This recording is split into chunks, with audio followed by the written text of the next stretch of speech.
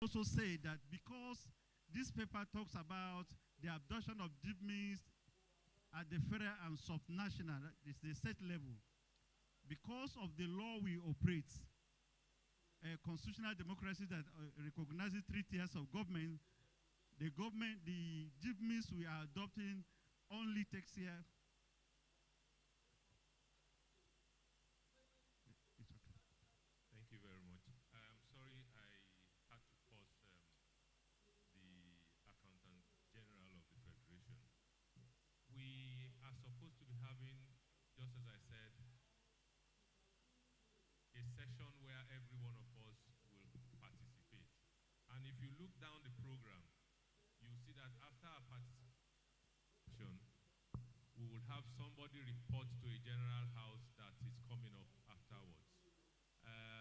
Since it is going to be every one of us that is doing everything that we need to do here, I am of the opinion that we have 2 individuals amongst the audience, because the women are also asking for their own participatory right.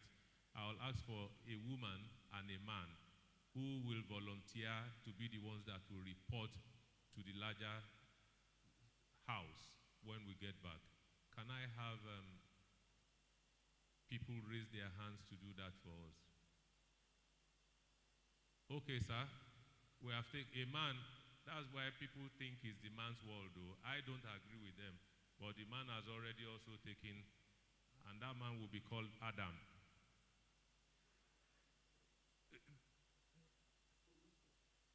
Please come close to the front here and let us have your name, please.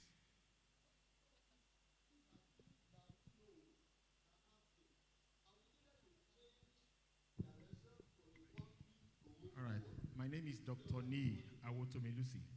I'm a lecturer from the Department of Accounting at Babalola University, Ado Ekiti. Thank you very much, sir. Can we have a lady or a woman raise her hand? If you want me to pick, I'll pick. Oh. Madam, I've seen you don't put your head down. Please stand up. Please clap for her as she comes to the front, please. Madam, please come. Please continue clapping. Oh.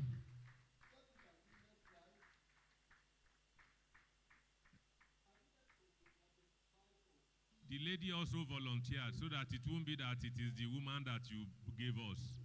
She volunteered though. Madam, please come tell us your name, man. Thank you. No, please take the mic. Sorry. I'm Mrs. Esther Biaji.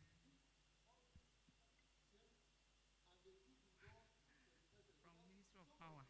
Please clap for her. Thank you very much, sir. Please go on. I'm sorry. Thank you. The implementation of the jibmis in Nigeria is actually traceable to 2003, when government commenced very bold reform initiative to tackle the deep-seated risks to macro and fiscal stability, and to address sources of economic inefficiency by implementing policy to strengthen economic management, and to deal with weak governance and corruption. The government recognizes that public expenditure management needs to be further strengthened to build an integrated budget based on programs that are clearly linked to key development objectives, ensure greater accountability from budget holders, allow greater emphasis on budget outcomes and impact, and identify and address remaining sources of leakages in budget execution in order to strengthen efficiencies of public expenditure. The Economic Reform and Governance Project, ERGP, was initiated and approved for support by the World Bank in 2004, and in line with federal government goal to significantly strengthen governance and accountability, reduce corruption, and deliver service delivery more effectively. The objective of the ERGP was to improve the federal government's economic and financial management system and processes, and to firmly establish a reform process of the federal civil service to improve professionalism and government ability to deliver services. And because of that, the federal government now initiated the Give Me. It is an application that supports the public resource management through modernizing fiscal processes using better methods, techniques, and information technology in the management of government resources. It is a computerized system designed to manage the finances of the federal government of Nigeria. It is designed to improve transparency and accountability across government finances. Give Me enhance timely budget preparation by reducing budget cycle time. Let me pause here and say that except for the fact that the moment Budget Office of the Federation consolidates the preparation of budget on GIVMIS for the purpose of submitting to National Assembly, sometimes they have to now export it to Excel. And in this process, we now begin to have some little challenges. And part of the enhancement being put in place is to ensure that the budget preparations end to end will start in GIVMIS and end it thereby eliminating some of the error we have in the budget processes.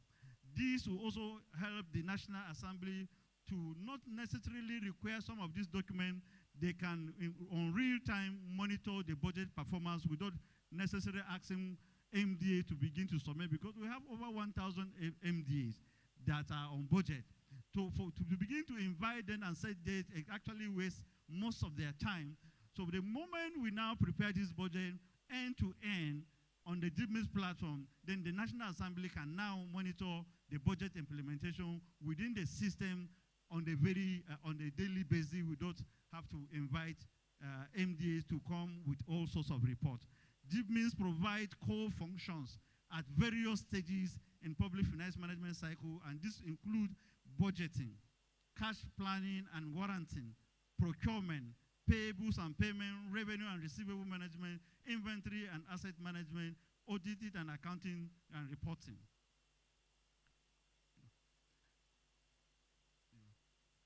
Now, these modules, particularly the budget preparation, is such that it doesn't allow at least you view those things that are not realistic, that you will be able to even question it from the system.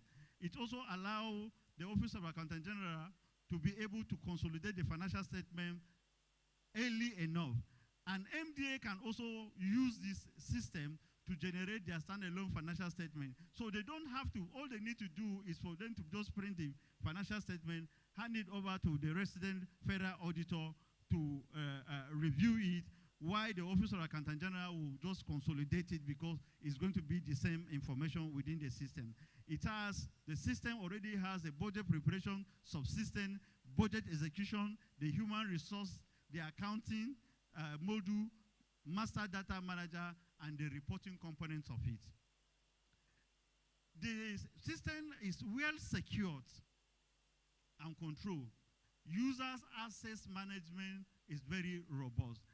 Many a times we hear MDA telling us about, sometimes they call, oh, we want to enroll, we are having this challenge. The system is designed in such a way to make sure that the security, we must make sure that all the security measures put in place are observed. We don't want to take the risk of enrolling somebody and within some minutes they have moved away with a ministry, department, or agency's money, and we now start going after them. No, we want to ensure that all the checks put in place are observed. And the system has great benefit. And part of it is that it's budget credibility and execution. Because it doesn't allow you to do anything to alter whatever is already there, and it requires some information. This concept of, a project or an item will be incited will no longer be there. Whatever anybody is doing within the system, it will show. The system also enhances transparency and accountability, operational efficiency, data-based decision-making. It enhances reliable and data support, smarter government choices, online access to budgets and expenditure data, strengthen economic growth with sound financial management. Why are states not on GIPMIS now is because of the law we are operating. There are tiers of government, so they have the choice. However, there has been a recent request that instead of each state of the federation preparing or developing, deploying their GIPMIS, they can actually liaise with the Office of Accountant General of the Federation, a particular module will be dedicated to the states for them to transact all their transactions. We don't have to spend the entire money federal government spend. So a module can be dedicated for each state for them to actually transact. And it is only the states that will have access to that. And they could also include their local government if they so wishes to ensure that. Instead of going all the routes of deploying this system, and it's actually very expensive, they can actually liaise with the Office of Accountant General to ensure that. And plan is also ongoing, discussion is ongoing to ensure that the National Assembly, the judiciary, and all the first line charges also have their own module, and this particularly to make sure that the National Assembly have the visibility of the budget they prepare and the execution. We just have some few challenges in the implementation process there. The autonomy of certain agencies of government like the National Assembly, the judiciary, they are not on GIPMIS now. And because they are not on GIPMIS, too, they also miss out on something, their ability to now monitor the budget real-time online. Enforcement of computer-based financial management control is also a challenge. We have some entities that also have some challenges of using system. Inadequate capacity, employees are not aware of the underlying businesses' need for changes. Expected layoffs of and fear by some staff that with the use of technology, they will be left out. Individuals were comfortable with what they are doing, so they don't want change. But the moment you mention, no, let's automate this process, a lot of people are not interested in that. In conclusion, GIPMIS is a tool in the hands of the federal government to effectively and efficiently manage public finance. It is the pivotal of public finance management as it encompasses all the core functions of the PFM.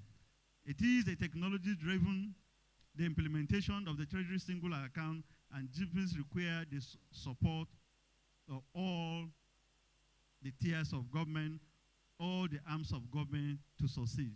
Thank you so much for your time. Thank you very much, sir. Quickly, because of time, may I invite the next speaker, Dr. Chinedu Okeke, a financial management expert, to also talk for 10 minutes.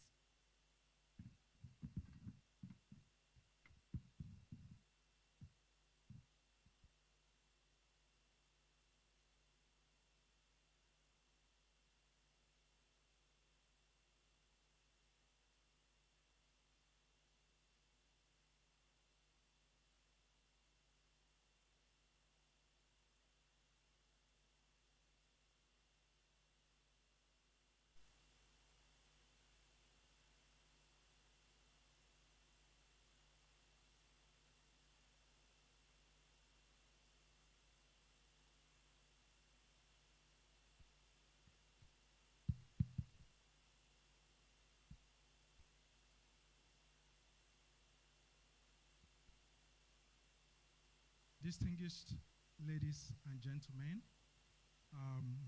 I plead to stand on existing protocol so that we can have a few points mentioned here before our time runs out. I want to thank the organizers of this forum. It's such a wonderful thing happening at this time. We have had wonderful presentations from the beginning yesterday, and I must commend all the speakers who were professionally selected to present all the presentations we have. On GIPMIS, the former presentation, the Accountant General of the Federation has already presented what GIPMIS is. I'm going to give us a slight historical background to this whole thing. It started in 2000 when the World Bank country financial reports on Nigeria indicated that Nigeria had not done well in financial management, and the challenges of transparency, accountability, and corruption, and poor service delivery. At that time, I am very sure we didn't have the level of corruption we have now, but because of the potential they have seen in the future, and they knew that the only thing that could solve the problem was digitizing accounting and budgeting and procurement and all these processes, even the oversight. We needed to ensure that, we review the contract objectively, then enforcement of the need for publication, Okay. Thank you so much. So when they saw the challenges, the only thing that will solve the problem of transparency is when you digitize a solution. And since 2004, the federal government started planning on this, but ultimately, GIFMIS was launched in 2012. Now, when it was launched, from 2012 till 2025, you can agree with me that we haven't made so much progress on implementing this solution. The reason is very simple. It has a lot to do with ICT. It has a lot to do with power. So every government accounting office must have uninterrupted power. The data you require to log in into GIFMIS is not the one on your phone.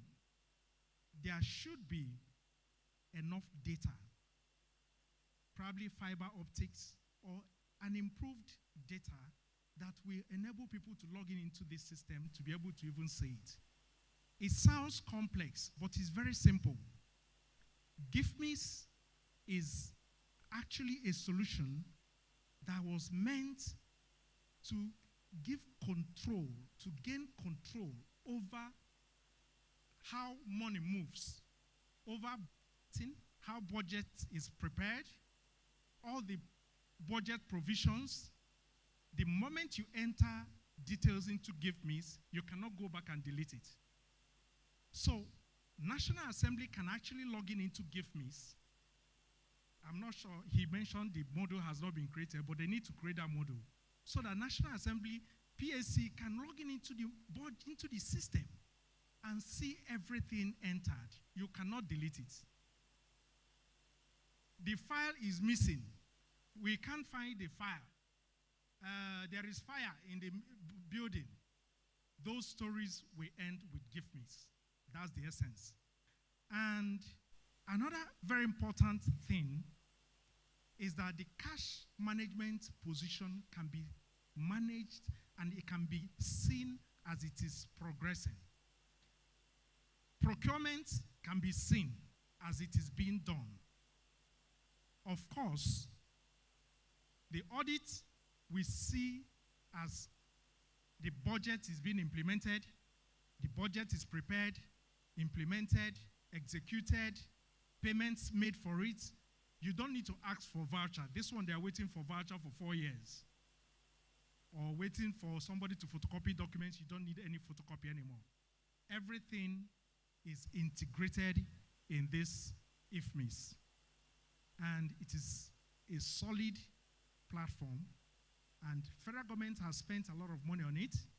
And they are still spending more. And they are willing to spend more.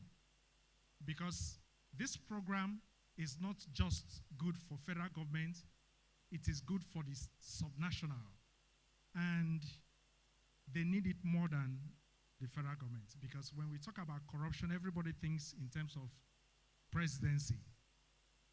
The corruption that we need to end so that we can have economic development in Nigeria is the corruption at the grassroots, at the subnational.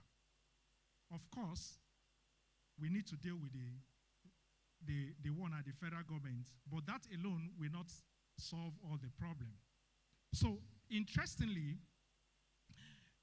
he has defined what GIFMIS provides: the budgeting, the treasury, operations, accounting, procurement, payroll management. So you can inflate. Of course, everything is automated and financial operation is improved. Data accuracy, decision making can be done at once. Now, I'm going to mention the few key achievements that this solution has already provided at the federal level. As we speak now, there is an improved fiscal discipline. It might not be enough. It might not be enough for us to start celebrating, but at the federal level, where it is already been implemented, we have a lot of improvement in fiscal discipline. We have transparency in budgets and enhanced cash management. But one of the things that has happened is that accountants, those who are using it, has benefited from the efficiency, level of efficiency. You don't have to sleep in the office to prepare budget or do payment at the end of the year. And it is being improved by the day, and it can be improved to capture every gap that currently exists. That's the most interesting part of it, that any gap identified in this meeting can be noted and it can be captured in this GIFMIS. And everybody will be able to have view of what is going on there. Of course, we can see the challenges. I've already mentioned those challenges. At subnational level, adaptation. A few states have already made efforts on their own, Kaduna State, Ekiti, Lagos, Edo State, to create similar solution, but it is expensive, I must state here. And there is no need to duplicate that cost. Since federal governments have done it already, Public Account Committee can mandate Accountant General Office. Already they've created provision for that, so they can expand the solution to accommodate. We have only 36 states in Nigeria, and every state can accommodate the local governments. So you can, even if they don't want you to see what they're doing, let them have independence of their view. But I mean, we don't have to create the cost because it's expensive to build and it takes a long time. You can imagine how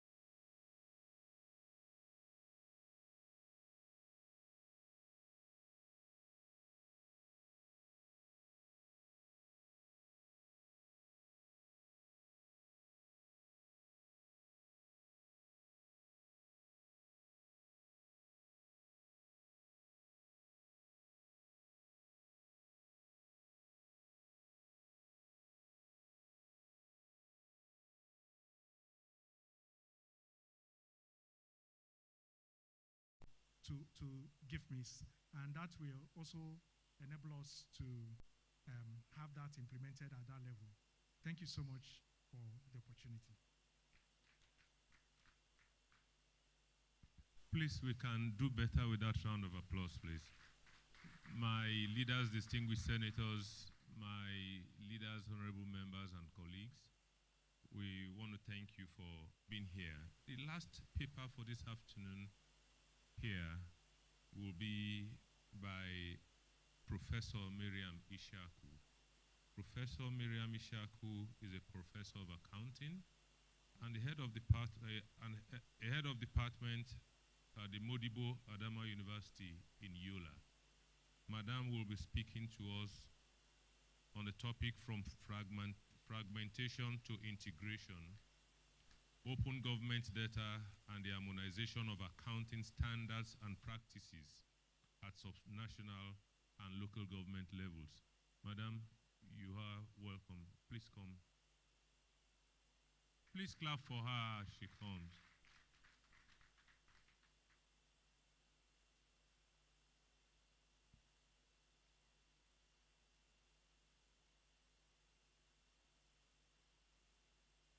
I stand on the duly established protocol on this noble gathering.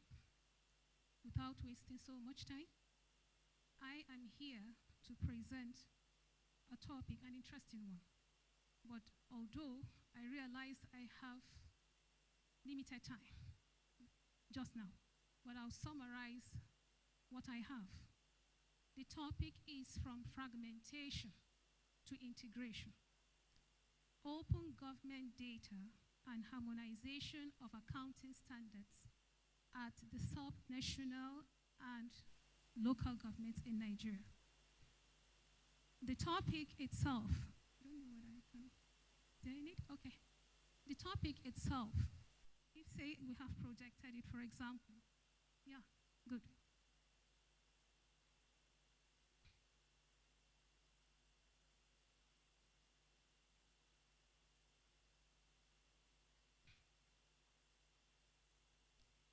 The question I wanted us to target towards this topic, because based on research, when you see a topic, you check the topic very well.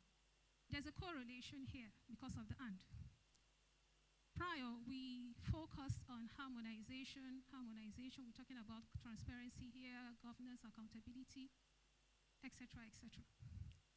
But the fundamental issue that borders all these problems we've been discussing here is lack of access to open government data. The data that we're supposed to have publicly available in a machine-readable form, free of charge, can be usable at any time from all the agencies. Unfortunately, most of them are not up to date. So, even if you need any data to work with, we're supposed to have a data bank, a bureau, that all the NDAs, all the agencies should send their data. So that if any agency or any ministry would want to work with that data, there is no need to suffer. Academia, we do use data sets from the government. It's a challenge. From what I was able to research, only Nigerian Exchange Group and the Central Bank of Nigeria has up-to-date open government data. So that's a challenge. Some of them have stopped. They are outdated. They stopped sending data sets since 2016. So there's a relationship between open government data and harmonization of accounting standards. Across the decades, for decades now, there is an emerging need for this open government data. Countries have commenced because it encourages transparency, accountability, and innovation in governance. When government-owned data is made public, citizens can assess the government. It enables comparison across ministries and parastatals. It helps the citizens to compare and contrast their government with another government of the same region, for example. And it helps them to know whether the government is functioning well or not.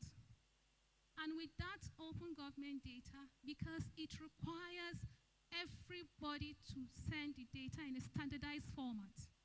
So we will now have a harmonized form of reporting, which will encourage the harmonization. Secondly, worldwide, they have advanced in open government data and in harmonization. We all know that. But it's interesting to know that a country in Africa is leading, even at the world stage, Kenya. That was why I had to chat with the Kenya representative here and ask him, how did they get there?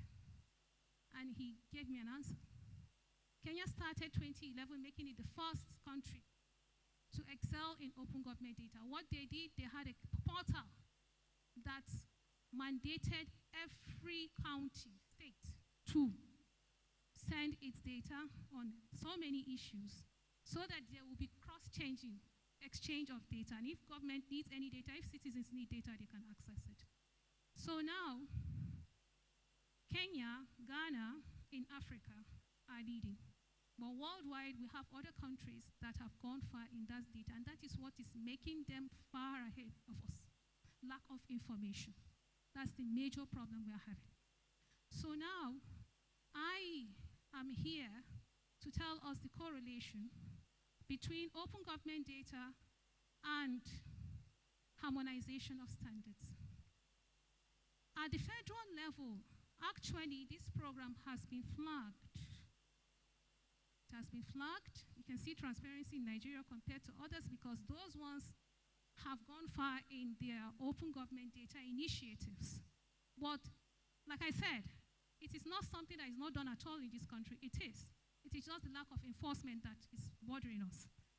The Open Government Data Initiative has been launched in 2019, and there are a lot of efforts towards that. Some MDAs have opened FOI portals, and the number has moved tremendously. But the problem is there is no enforcement. Some stopped at a particular year, and they were not able to continue because there was no strong legislation that is enforcing it. People should send their data, should make the data accessible to the public. Then, on the other hand, the harmonization of accounting standards and practices, of course, have commenced long time ago with IPSAS as the forefront in conjunction with government agencies. Of course, at the federal level, we have made tremendous progress. But at the sub-national and the local government level is where the problem lies.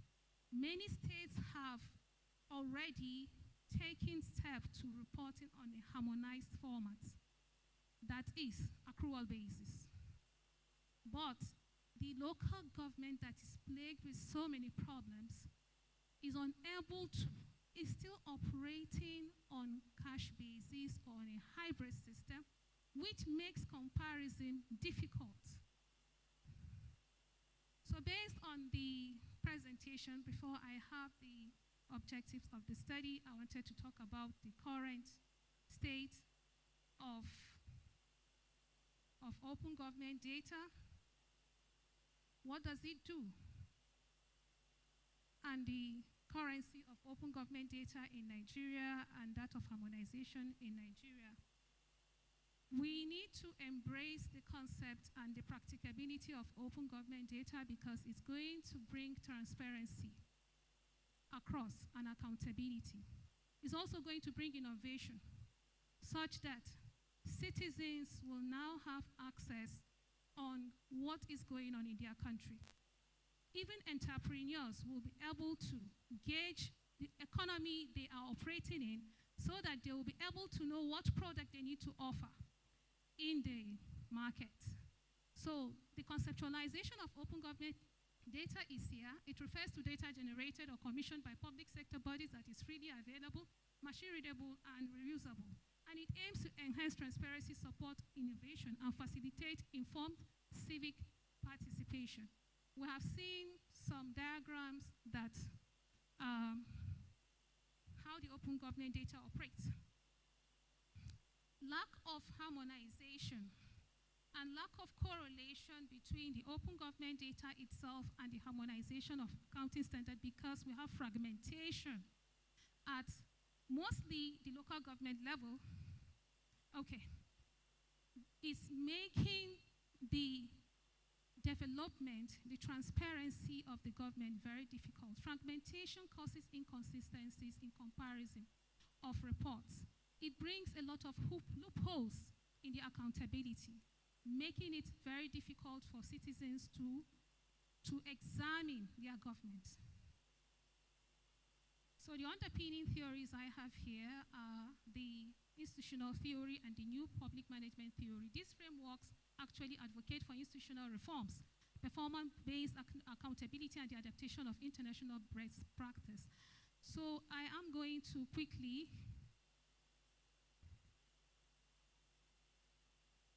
talk about the open government data as a catalyst for harmonization.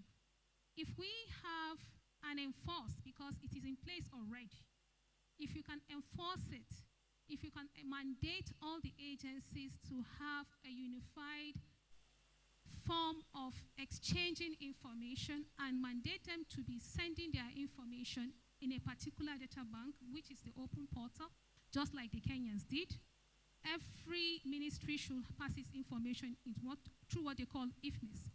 So they have a data interoperability.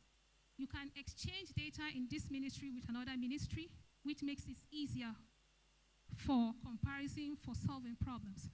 So open government data can enhance harmonization in so many ways. One, it facilitates the use of standard machine-readable formats. It promotes comparability and coherence across jurisdiction. Coherence, when I say coherence, I mean policy coherence here. And policy coherence means when the government and the agencies work together to achieve a common goal. And it also prompts convergence towards a common standard. And it also enhances scrutiny, because when the citizens have data on what is happening in their government, they will now mount pressure on the government if they are not performing well. Yes, because they use it to gauge the performance of the government. And scrutiny enhances adherence to the established standard. So, how does open government data help the citizens? How does citizens benefit from open government data? It improves budget discipline and execution, and it enhances interministerial coordination and planning, because all the ministries will have one database. It enhances public access to fiscal data. For the development partners, of course, the local governments are at the detrimental stage. There is lack of technical expertise, there is lack of structures in place to enhance their objectives, to make them achieve their objectives. So there is need for donor agencies to assist this level of government. How does OGD now help in terms of development partners who want to send or give donor or grant to those local governments? It helps align donor aid with actual fiscal needs and priorities for those local governments and even sub-nationals. It allows monitoring and evaluation of funded project by those development partners. And what's the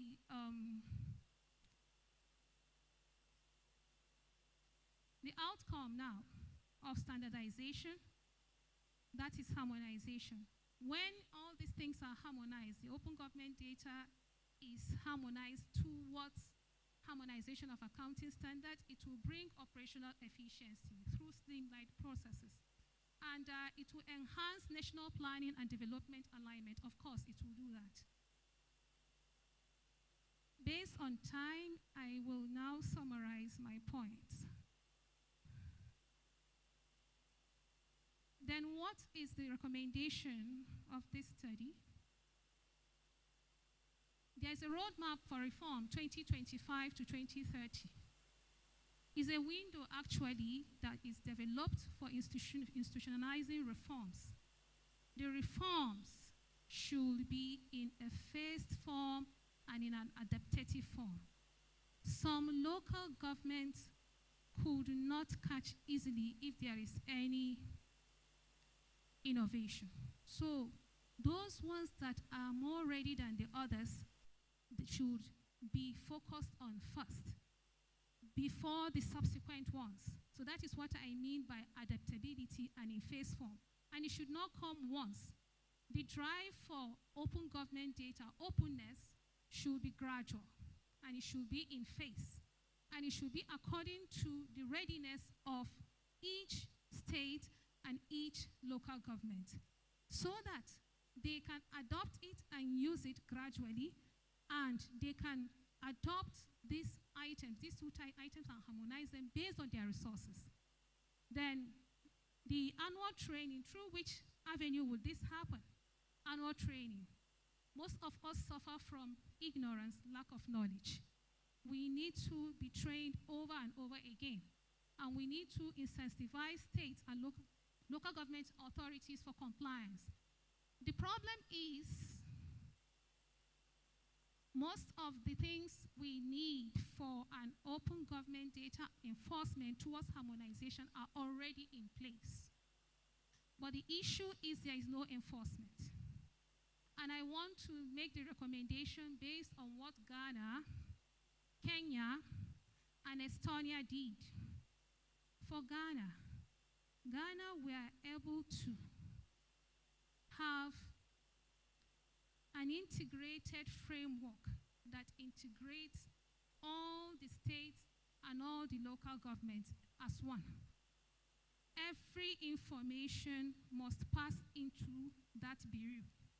It's an open government portal. They started it in 2012. For Kenya, Kenya is the first African country to initiate an open government initiative. They started 2011. They did almost the same thing. But in addition to them, they enforced interoperability to the highest order. And it was even sanctioned if you are not uploading your data on that portal. So it's mandatory. For Estonia has a highly digitalized setup that allows data sharing between all the local governments and all the states. So for each country I mentioned, it's workable in the Nigerian context. For the Ghanaians, we already have it in place. We have our states, we have our local government, we have the bureau.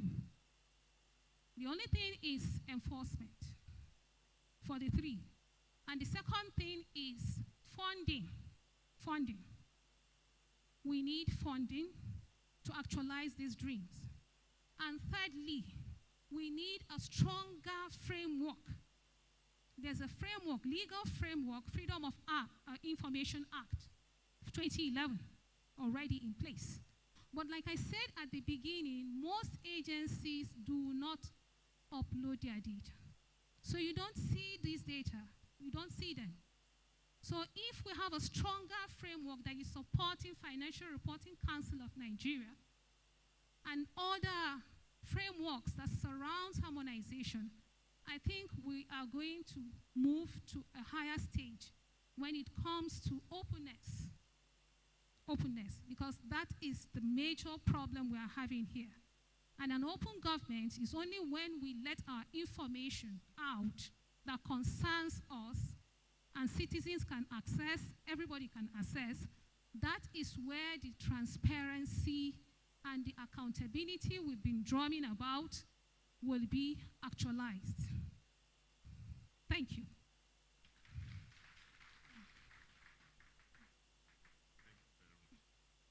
Please, that applause is not enough for her. Thank you very much, Professor, for your well-thought-out presentation. Unfortunately, she had a paper for 1 hour, and we've asked her to present it in less than 10 minutes. Please clap for her one more time. Thank you very much, madam. We are moving. The two people that assisted us, yeah, so you have them here. let's invite the president of the Nigerian Society of Engineers, 1, 2. represented, who facilitated at the Kano Hall. Check 1, 2. Kindly come if you are still around. Please come to the panel. And let's also invite Professor Nala Abdulrazak. Is he here? Prof, kindly come to the panel. We have the panel of the session, who is the distinguished Deputy Chairman of the Public Accounts Committee of the House of Representatives. This is a plenary to close the technical section. We have elected or appointed, but democratically anyway, because Senator Ningi is here. He believes in democracy. We have 4 people who are to report progress from the technical workshop session, and we have 2 from this, and we have 2 from the track A session. We are going to welcome, hand over the mic to the chairman of this session, the deputy chairman of the Park House of Rep, who will make 1-minute remarks, will take the progress report, and he will supervise the proceedings. Deputy Chairman, sir. Thank you very much. Dear participants, I want to welcome you back to the closing session, the plenary session. I hope we all enjoyed those sessions. So in all, we had 4 topics, and those 4 topics were presented by 5 facilitators. What we're going to do, before we go into comment sessions, question and answers, we want to get one person to summarize the takeaways at those various sessions. So for the first topic, can we have, okay, so for the first topic on public procurement integrity, tracking ghost projects, and overpricing, can we have Stephen Olushola Oladepo? Are you here? So, he's a student, he's a master's student of public administration of Miva Open University.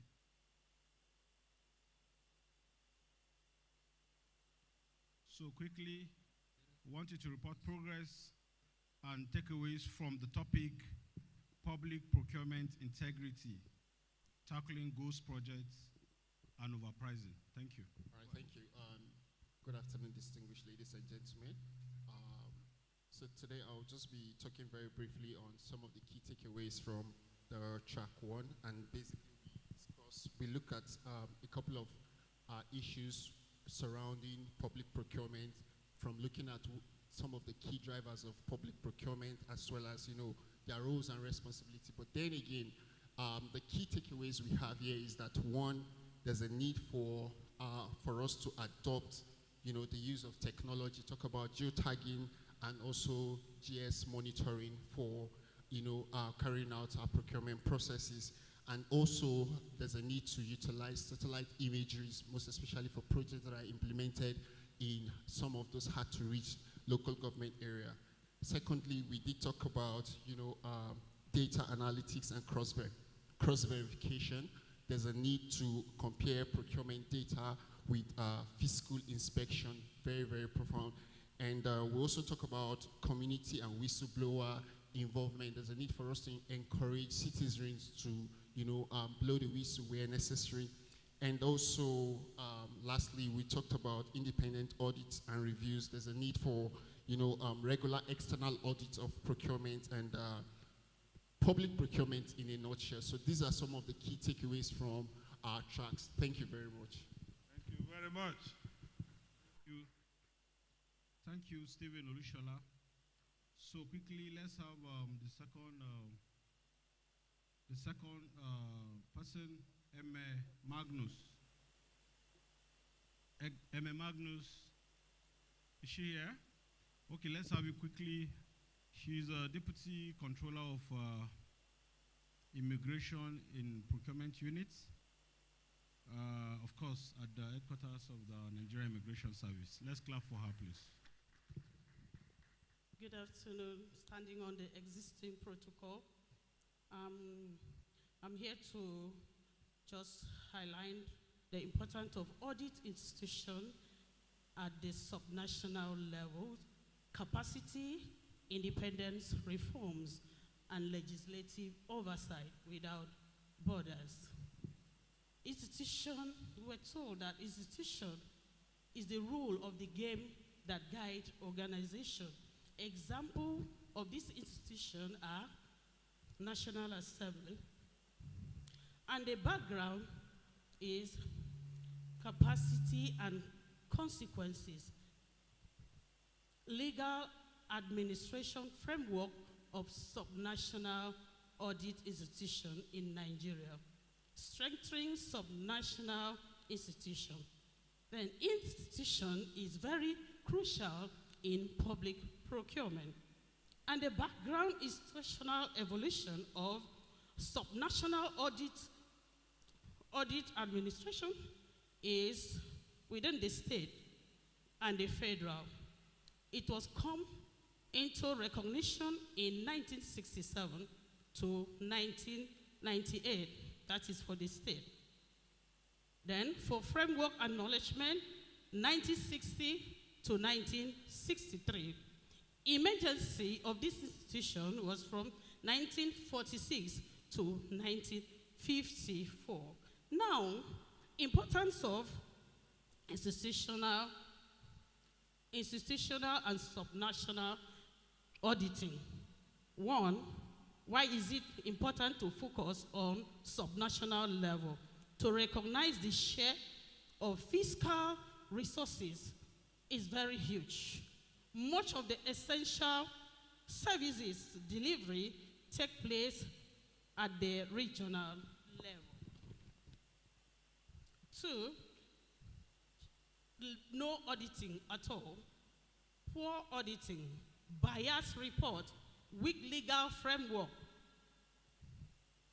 weak audit institutional in the state, and the policy renew. The stakeholder needs to collaborate together to take subnational auditing very, very important, pertinent. Yes. Interstate collaboration also is very, very pertinent. Thank you very much. Thank you, Madam. She must join verbatim reporters of National Assembly. People, we have Dr. Ni Awotomilusi. Can you come forward from Afebawa Lola University Ado Ekiti? And we have Mrs. Esther. Mrs. Esther, can you come forward too? From Federal Ministry of Power. All right. So quickly, let's have the summary of the presentations on, of course, the GIVMIS. Go ahead, sir. Thank you. Standing on the existing protocol, say good afternoon to my fellow participants. From the track B, first lesson on GIVMIS. So the presenter made us understand that GIVMIS is an IT-based system designed to improve public expenditure, management of processes in government, and that the objective is to establish a reform system for the federal government that is designed to improve accountability, transparency, and efficiency in acquisition, allocation, and utilization of public financial resources. Then the functions are in the area of, they are used for budgeting. The GIVMIS is also used for cash planning and payable, receivable inventory management, and also for reporting. But presently, the benefits are that it allows users access management with a robust view, and that the budget credibility and execution is enhanced, and it does provide data accuracy, data protection, and integrity. And it was also informed that it strengthens management goal, and that this GIVMIS can also be adapted or adopted by the state. So the recommendation was that there should be policy adaptation. There should be, coordinated efforts for every stakeholder. Thank you very much. Thank you very much. Thank you. So, Mrs. Esther, you're going to summarize presentations made by Professor Mariam. So, it's a woman-to-woman. Well, I stand on well-established existing protocols. I am to summarize the topic presented by my able professor. And the topic goes like from fragmentation to integration of open data. And she talked of objective, function, benefit, implementation, and then recommendation and conclusion. And fragmentation and harmonization of accounting. It is a challenge in Nigeria because it's been launched in year 2019. And so far, the full implementation has not come to be. And she emphasized the need to institutionalize the bodies that can enforce the integration open data to come to be in Nigeria, because the benefit is it brings transparent citizenship. It makes citizens to be more accountable. It makes us to work for value for money. If we have all those things put in place, it will move our accounting system greatly. And there won't be issue. It will even make anti-crafts less busy if this policy is being enrolled and enforced. And then she talked of global trends, the countries that have enrolled, Brazil, UK, and then talked of our region, African region. Kenya too have also enrolled, and you hear the presentation from Kenya. It was fantastic, and how far they've also gone, in terms of governance. She talked of objectives. They need to identify the impact of accounting to provide strategies for integration. We need to do a budget of inclusivity in order to ensure that we bring it to a full implementation. That is why we help us. Benefit, it brings about transparent accounting system. Government should enforce the enrollment of government integration, government data, open data policy. Thank you for listening. Thank you very much. Let's clap for them again.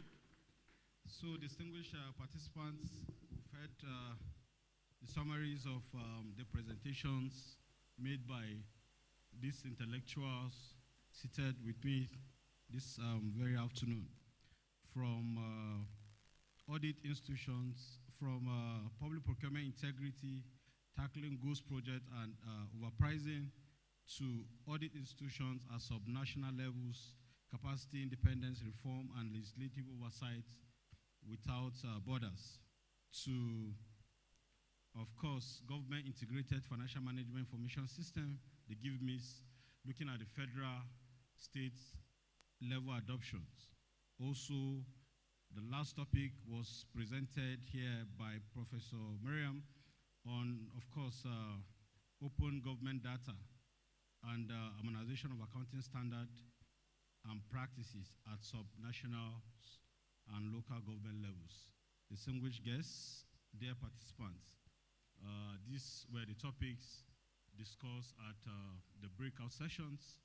We sincerely, before we appreciate the presenters and facilitators, want to thank you for your contributions and participations in the breakout sessions.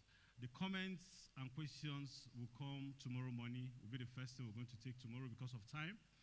But on behalf of the Committee on Public Accounts at the Senate and House, both chairmen and the members, want to thank you very sincerely for the resourcefulness you have put in to share with us on these very burning issues that we are here to discuss. We thank you very sincerely, and God bless you.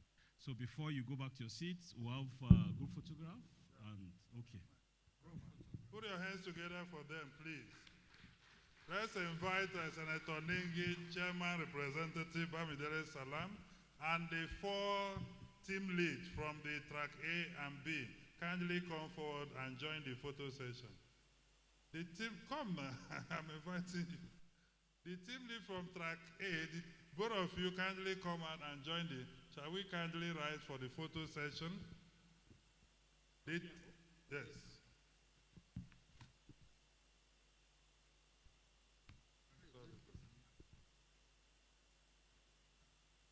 Do we have the team lead from, yeah, madam, and the Miva University? Okay.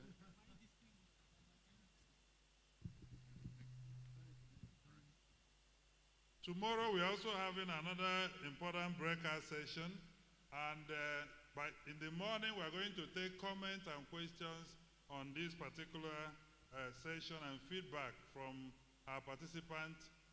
Lunch has been served for over an hour now, and we don't want to keep your stomach admiring such a very decorated place. So after now, we'll go and have lunch, and we will depart from there, and we'll reconvene tomorrow morning at 8:30 this time, not 9 o'clock. So we encourage you to go and catch some rest and come out early. Tomorrow is a long day because we also have a dinner in the evening at 6 p.m. And it will be good you're here to enjoy that. Also, all members of PAC at state level, we are having a special meeting, so we encourage you to please come to the front. If you're a member of Public Accounts Committee at the State House of Assembly, or you're a member of the State House of Assembly, or you are from the State House of Assembly as a clerk, please kindly come to the front for a very important information. And we are free to go for lunch now with our meal ticket. The honorable members and special guests, your lunch is served at the Zuma restaurant inside, and our very distinguished, esteemed participants, your lunch has been served at the Nezemiah Hall upstairs. Thank you very much. God bless you. I hand over to Mr. Abubakar, if he still has. Thank you. We look forward to seeing you tomorrow morning by 8:30 a.m. Thank you very much.